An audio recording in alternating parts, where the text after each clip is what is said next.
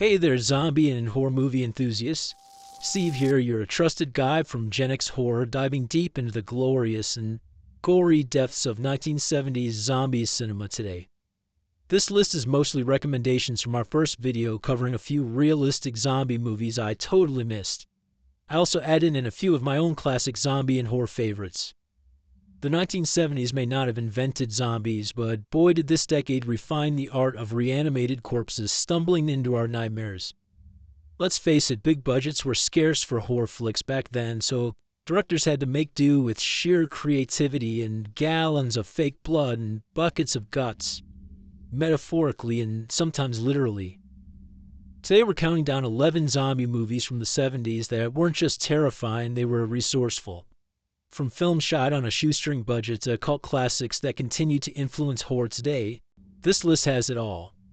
Whether these movies made you scream, laugh, or cringe, there's something undeniably charming about how these low-budget pioneers brought zombies to life. Again. Our journey begins with the campy cult classics that struggle to find their footing, but pave the way for others, leading up to the creme de la creme, the crown jewel of the list, boasting the highest IMDB rating on a budget smaller than your average haunted house attraction. This video is for you, my fellow Gen X horror buffs. Don't forget to subscribe so you won't miss out on any of our nostalgic trips down the terrifying memory lane. Garden of the Dead, 1972. This budget was $50,000 with an IMDB rating of 4.3 out of 10. That's rough. So we'll kick things off with Garden of the Dead, a movie that truly embodies the term low-budget horror. Filmed on a measly $50,000, this campy gem tells the story of a group of prison inmates who escape only to meet their doom in the form of experimental gas that transforms them into revenge-obsessed zombies. Yes, you heard that right, revenge-obsessed zombies. The film is peak 70s horror camp with some of the most absurd zombie makeup you'll ever see. The undead appear to be caked in powder, and the special effects are less special and more uh-oh. Yet there's something undeniably charming about its ambition. Shot in just a few weeks, the film struggled to find mainstream success, but it found a home among horror fans who adore this quirky absurdity. The most charming thing about this movie is the only thing that can kill a zombie is a shotgun to the chest, which coincidentally can pretty much kill anyone. Warden, for God's sake, shoot! A shotgun at close range is our only chance. Thematically, it taps into the 70s anxiety over chemical weapons, giving it a layer of social commentary, even if that commentary is drowned in awkward dialogue and questionable acting. Fans of campy so bad it's good horror might find themselves enjoying this one with friends and some popcorn. Is it worth revisiting? Let us know your thoughts in the comments. I actually loved it. Next, we're looking at a budget of $150,000, IMDb rating of 4.8 out of 10. Slightly better, not great. Vengeance of the Zombies. This is a surreal mix of gothic horror, voodoo mysticism, and satanic rituals. Directed by Leon Klimovsky, the film stars Paul Nachia, legend in Spanish horror. He juggles multiple roles here, including a resurrected corpse. If you think that sounds chaotic, you're absolutely right. It totally is. What this film lacks in coherence, it makes up for, though, in atmosphere. The moody lighting, eerie soundtrack, and gothic visuals create an unsettling tone, even if the plot feels like it's held together with duct tape. It also reflects a unique cultural fusion of European and Caribbean zombie lore, making it a standout in its ambition, but not the execution. Critics were baffled upon release, but fans of this prolific career often defend this as one of his more experimental entries. Would you give this one a chance, or is it too much of a mess for your taste? Next, we got a film that came highly recommended from the comments of our first video. This is Children Shouldn't Play with Dead Things, 1972. This budget came in at about $70,000, IMDb rating 5.4 out of 10, which is, it's getting better, we're getting closer. The title alone screams B-movie perfection. And directed by Bob Clark, who later gave us Black Christmas and Certainly, you crazy bitch! You bastard! inexplicably, oddly enough, A Christmas Story. This film is a darkly comedic take on zombie horror.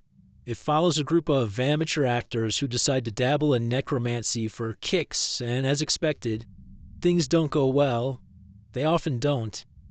On paper, the concept might seem ridiculous, but the execution is surprisingly effective. Despite its minuscule budget, Children Shouldn't Play with Dead Things manages to deliver some genuinely creepy moments, especially in the later half, when the dead inevitably rise. The contrast between the quirky humor and the sudden descent into chaos give this movie an unpredictability that keeps audiences hooked. It's also a time capsule of early 70s counterculture. Poking fun at the era's fascination with the occult, the question is, does this blend of humor and horror work for you, or does it lean too much into camp for your taste? Let me know. Coming in now with a budget of 130 to 140 grand, which is, it's getting up there for sure, and an IMDB rating of 5.5 out of 10, we have 1970's I Drink Your Blood. This grindhouse classic doesn't just push boundaries, it demolishes them. Directed by David E. Durston, I Drink Your Blood features a satanic hippie cult, rabies-infected meat pies, and a rural town descending into complete chaos. If that sounds bonkers, it's because it is. It absolutely is. Released during a time when counterculture movements were viewed with both fascination and suspicion, this film taps directly into societal fears of the other. The rabid, mindless violence of the infected townsfolk serve as a twisted metaphor for the perceived dangers of free love and rebellion. Add in some gleefully over-the-top gore, and you've got a movie that's impossible to forget. While I Drink Your Blood was banned in several countries for its graphic content, it has since become a cult favorite among grindhouse fans. Do you think it's a misunderstood masterpiece or just exploitation cinema at its wildest? Now we're trucking into 1973 with a budget of $270,000. Like, that is almost twice I Drink Your Blood. And an IMDb rating of 6.1 out of 10, and you'll know why when you hear who directed this one. It's from the mind of George Romero, and it's The Crazies. It's a chilling tale of a small town consumed by paranoia and violence after a biological weapon accidentally contaminates the water supply. Though technically not a zombie movie, the infected residents behave in ways that make it a close cousin to zombie movies. Romero uses this premise to explore themes of governmental incompetence and the fragility of societal order, or maybe we're reading too much into it. The film's low budget only enhances its gritty documentary-like style, making the chaos feel all the more real. Critics at the time didn't quite know what to make of it, but it has since earned its place as a thought-provoking entry in Romero's filmography. Does this feel more relevant today than ever? I'm not sure. With a staggering budget comparatively of $530,000, that's $500,000 to you and me, and an IMDb rating of 6.3 out of 10, 1977's Rabid is a prime example of David Cronenberg's ability to take seemingly outlandish premises and turn them into deeply unsettling, thought-provoking horror. This is one that I added in. Set in Montreal, film stars adult film actress Marilyn Chambers in her first mainstream role as Rose, a woman who undergoes experimental surgery after a motorcycle accident. The surgery saves her life but leaves her with a disturbing side effect, a vampiric stinger that emerges from her body to feed on others.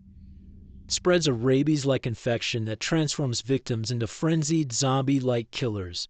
So while she isn't a zombie, she begets zombies. Cronenberg's use of body horror is on full display here, exploring themes of medical ethics and the consequences of unchecked scientific experimentation and the vulnerability of the human body. Again, we're digging there. The film's visceral imagery, from Rose's grotesque new appendage to the terrifying scenes of infected victims wreaking havoc, leaves a lasting impression that's equal parts revolting as well as it is fascinating.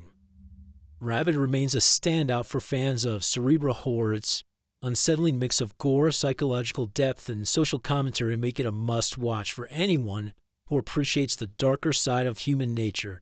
and apparently that's all of us. So what's your take? Does Rabid deserve more recognition in Cronenberg's filmography? Have you seen Rabid yet? You should. You're going to like this one. This was another one of my additions, or you might not like it. With a budget of $179,000, so far less than Cronenberg's Rabid, but an IMDb rating of 6.4 out of 10, is 1975's Shivers. Cronenberg did this one prior to Rabid. It's also known as They Came From Within. This is the movie that cemented his reputation as the master of body horror. The story unfolds, as many of them do, in an upscale high-rise apartment complex, where a scientist's experiment with a parasite meant to replace failing organs goes horribly wrong. This is the best part. The parasite turns its hosts into violent, sex-crazed maniacs, spreading from person to person in a horrifying outbreak that consumes the entire building. You know, the upscale high-rise apartment complex where we did scientific experiments. With the budget of less than $200,000, Shivers achieves an impressive level of tension and terror through Cronenberg's creative storytelling and use of claustrophobic spaces. The apartment complex itself becomes a character, its sleek modernity contrasting starkly with the primal chaos that overtakes its inhabitants. Remember, they're sex-crazed. The film's escalating sense of dread is palpable, as even the most seemingly composed characters succumb to the parasite's influence, leading to a chilling, nihilistic climax. The film also explores themes of isolation and community, as the building's residents, who initially seem disconnected from one another, become horrifyingly unified by the infection and the craze of sex, apparently. Have you guys seen this one? Now, I love this one. This was recommended 4 or 5 times in the comments from our first video. The budget of $300,000 and an IMDb rating deserving of a 6.8. We're going to round it up to 7 out of 10. Also known as The Living Dead at Manchester Morgue, It's Let Sleeping Corpses Lie, 1974. This Spanish-Italian zombie flick combines eerie rural landscapes with a socially conscious storyline. It's directed by Jorge Grau. The film follows George, a city dweller, traveling to the countryside, and Edna, his reluctant but super cute companion, as they encounter the aftermath of a government experiment gone terribly wrong. The experiment, a machine designed to control pests, accidentally reanimates the dead, turning them into flesh-hungry zombies. This can happen, guys. What sets Let Sleeping Corpses Lie apart is its slow burn approach to horror. Instead of jumping straight into the gore, the film builds tension through its atmospheric cinematography, eerie sound design, and gradually escalating stakes. The rural English countryside, juxtaposed with the creeping threat of the undead, adds a chilling layer of isolation on the story. Culturally, the movie taps into the growing environmental awareness of the 1970s, subtly criticizing humanity's interference with nature. It also delivers a biting commentary on authority figures with bumbling police officers who make things worse instead of better.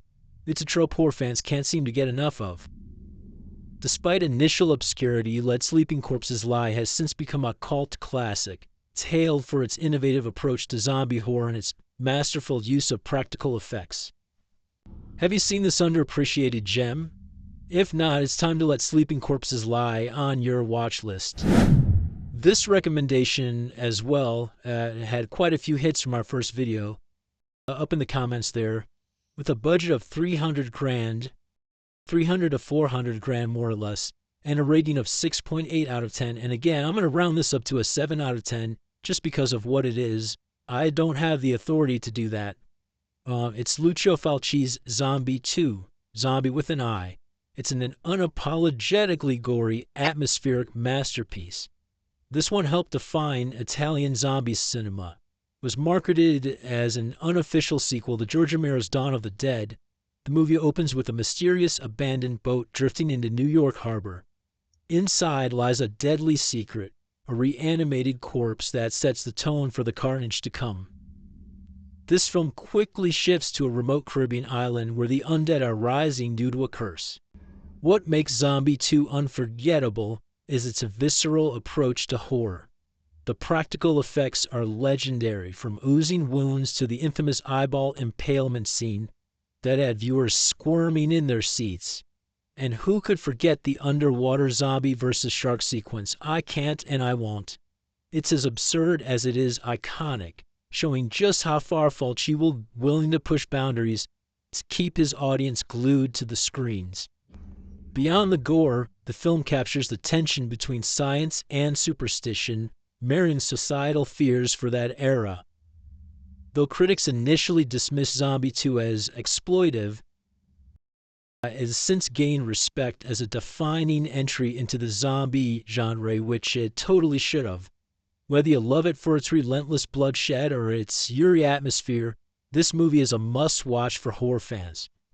Which scene traumatized you the most? Share below. For me, it was not the shark, it was definitely the eye. Next, with a budget of 300 to 400 grand and an IMDb rating of 6.9 out of 10, I don't have to round this one up, it's pretty close already. This is one I added in again myself. Not all zombie films are about mindless carnage. Keep that in mind. This is not the one you'd think. It's Tales from the Crypt. It's the OG.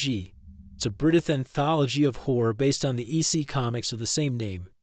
It serves up 5 macabre stories where the living and the dead cross paths in unsettling ways.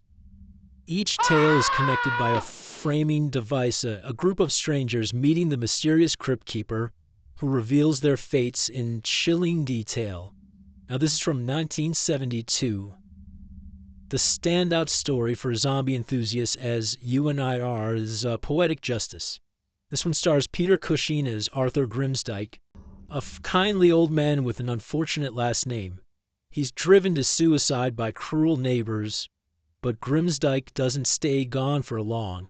He claws his way out of the grave to exact poetic, bloody vengeance, and that is our favorite kind of vengeance. It's a classic revenge story with heart-wrenching emotional depth anchored by Cushing's sympathetic performance. While the budget was modest, Tales from the Crypt delivered high production value and a polished gothic aesthetic. The film also explored timeless moral themes, with each story serving as a dark parable about greed and cruelty and karmic justice. Have you guys seen the original Tales from the Crypt? Next, with the budget of, we went backwards here, 80 to 100 grand. However, an IMDb rating of 7 out of 10. It's Martin. This is 1977's Martin, a psychological horror gem from the godfather of zombie cinema, George A. Romero. All hail Romero. But here's the twist. Martin isn't your typical zombie movie. It's more of a hybrid, blending vampiric folklore with Romero's signature realism. Again, not from the comments, this is one I threw in myself. The film follows Martin as a troubled young man who believes he's an 84-year-old vampire, but uses syringes and razor blades instead of fangs to attack his victims. That can really make anyone a vampire. Shot on a shoestring budget, Martin feels eerily authentic. With its grimy settings and hauntingly intimate narrative, Romero uses the character to explore themes of alienation, mental illness, and societal decay. And that is not a stretch. That is definitely what you get from this movie. It creates a deeply unsettling but utterly fascinating portrait of a man who might be more monster than myth, or vice versa. Critically acclaimed but underappreciated in its time, Martin has since gained a loyal following, with many considering it one of Romero's finest works. It's a chilling, thought-provoking masterpiece that proves you don't need a massive budget to leave a lasting impression. This is the highest rated and one of the lowest budgets on this entire list. So what do you think? Was Martin ahead of its time, or is it more unsettling than entertaining? Let me know in the comments. That's 11 zombie movies from the 70s that remind us that creativity can thrive even when the budget is barely there. From the campy chaos of Garden of the Dead to the unsettling brilliance of Martin, these films showcase the decade's raw and experimental approach to horror. Now it's your turn. Which of these have you seen? Which ones will be added to your watch list? And what other low-budget horrors from the 70s deserve more love? Drop your thoughts in the comments below and let's get going. Don't forget to subscribe for more deep dives into Gen X's greatest and creepiest cinematic treasures. Love you guys. Stay cool.